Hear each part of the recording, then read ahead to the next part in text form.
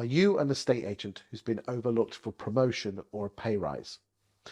Today, I'm joined by Sylvia Eldawi, who is a ex-Lauriston's lettings director who moved out to Dubai to work in the estate agency market there in 2017. Sylvia, you're back here for Christmas to see the family, and you've kindly come up to see us. One of the things that you're very passionate about is people, estate agents who stay too long in a firm without promotion or pay rise. Why is that important to you? Talk to me.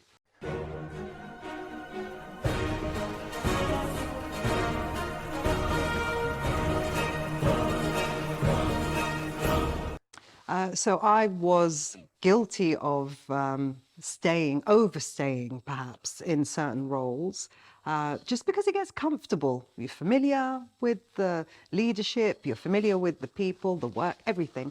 But in terms of career development, things are changing and it's no longer okay. Like our parents' generation stayed in a job for 25 years.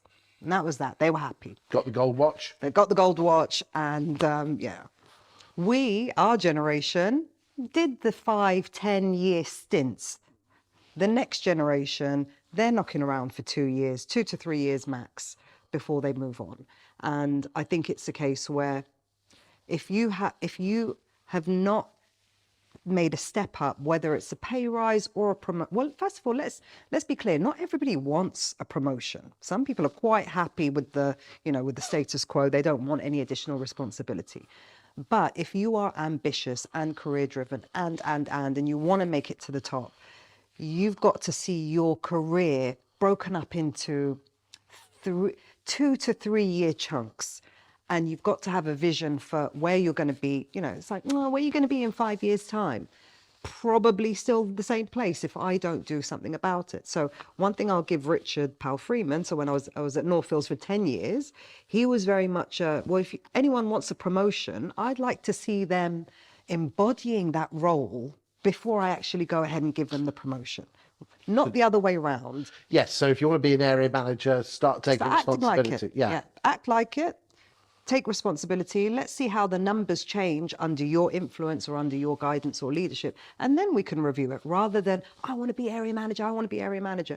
And then you get promoted and then it's a disaster. So for every promotion I got during my real estate career, I acted like the next role above. So did you go in as a neg and finish on lettings director? So I left Townends actually to join North. So Townends didn't promote me to senior negotiator at the time.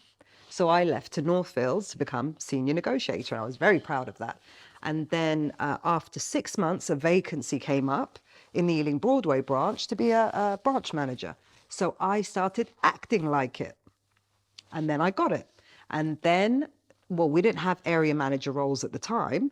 I decided that Northfields was getting big enough to have an area manager. So guess what? I started acting like an area manager, supporting and helping and encouraging the other managers.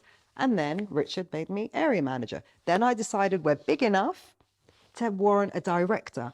And I acted like it, got more into the numbers and strategy and so on. And then I became director. You have to do this particularly well, that you don't come across as someone that's putting their nose in where they shouldn't. It's quite hard, is it? Or is it hard? It was easy with Northfields because it was an independent and there were no layers in between myself and Richard. So it was easy for me to express my ambition to him and my desire to get paid more, but also take more risks. So he was perfectly okay with that. Top man. He's a top man. I sat next to him at the EA Masters. Had a lovely lunch there. What about getting pay rises?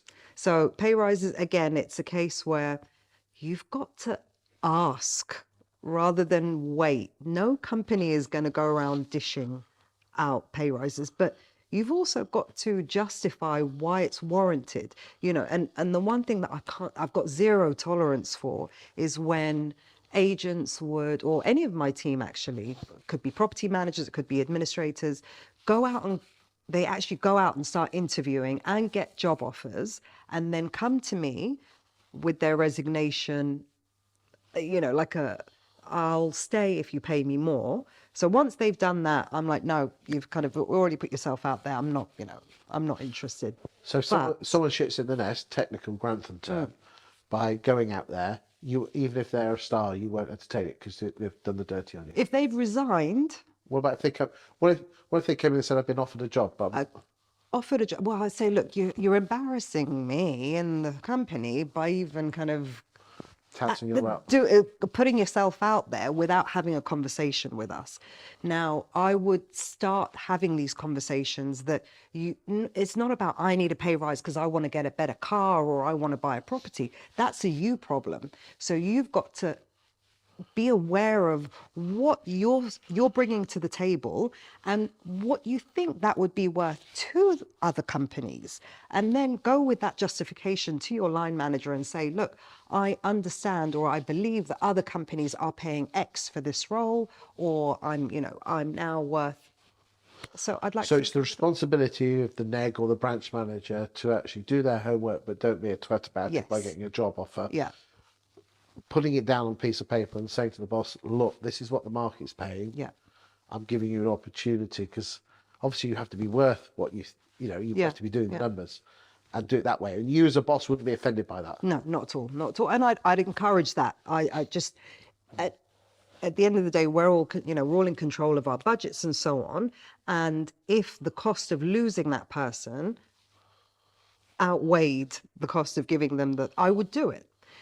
But you have to ask But it yourself. would be tainted though, wouldn't it? It would be tainted, and it's not nice to only be a reaction. I don't like knee-jerk reaction decisions in business, and then you kind of set the tone, and that might happen again in a couple of years. But that's why I think in terms of the next generation, they're not going to have this problem because they're not going to be sticking around for 2-3 years. They want to be entrepreneurs. They want that hybrid kind of working environment. And surely bosses have to accept that as well. Yeah. That people are going to be moving around. Yes, so Lovely. Sylvia, thank you for your time today.